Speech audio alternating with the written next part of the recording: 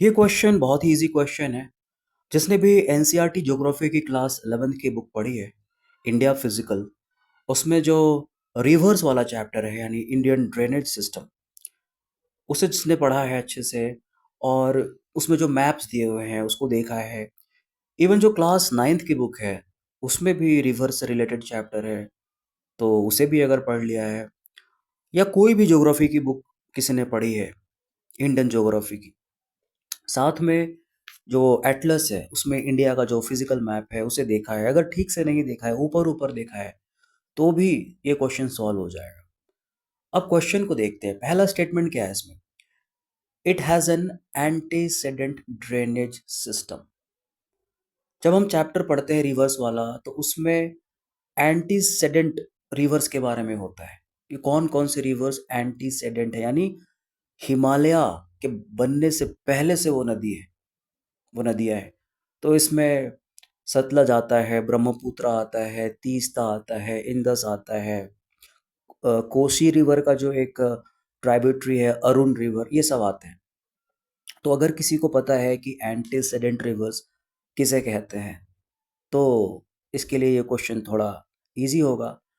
लेकिन प्रॉब्लम क्या है कि ऑप्शन में जो चारों दिए हुए हैं ना, ब्रह्मपुत्र, इंदस, सतलज, तीस्ता, सारे के सारे एंटीसेडेंट रिवर्स हैं। तो जो पहला स्टेटमेंट है, इससे तो कोई हम एलिमिनेशन नहीं कर पा रहे। दूसरा, इट फ्लोज थ्रू 3 कंट्रीज। अब यहाँ पे हम एलिमिनेशन कर सकते हैं क्योंकि जो लास्ट ऑप्शन है ना, तीस्ता, तीस्ता सिर्फ 2 कंट्रीज से फ्लो होता है, बांग्लादेश और इंडिया, तो तीस्ता तो एलिमिनेट हो गया।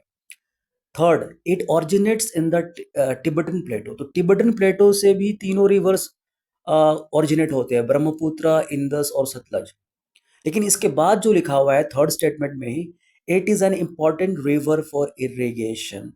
तो जो ब्रह्मपुत्र है ना, वो इरिगेशन के लिए इम्पोर्टेंट नहीं है। क्यों?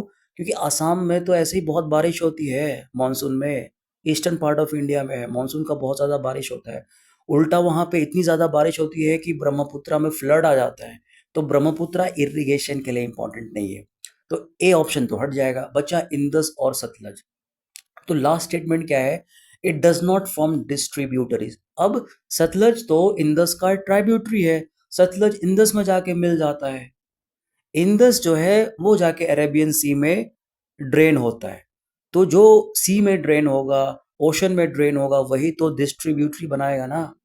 तो डिस्ट्रीब्यूटरी कौन बनाता है? इंदस बनाता है, सतलज नहीं बनाता है।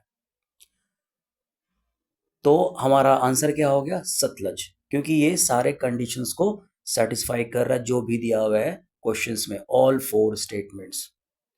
तो ये क्वेश्चन बहुत इजी था। हमारा जो नॉलेज है बुक के पढ़ा हुआ, एटलस देखा हुआ, और थोड़ा बहुत कॉमन सेंस हमने लगाया और इसको सही कर दिया।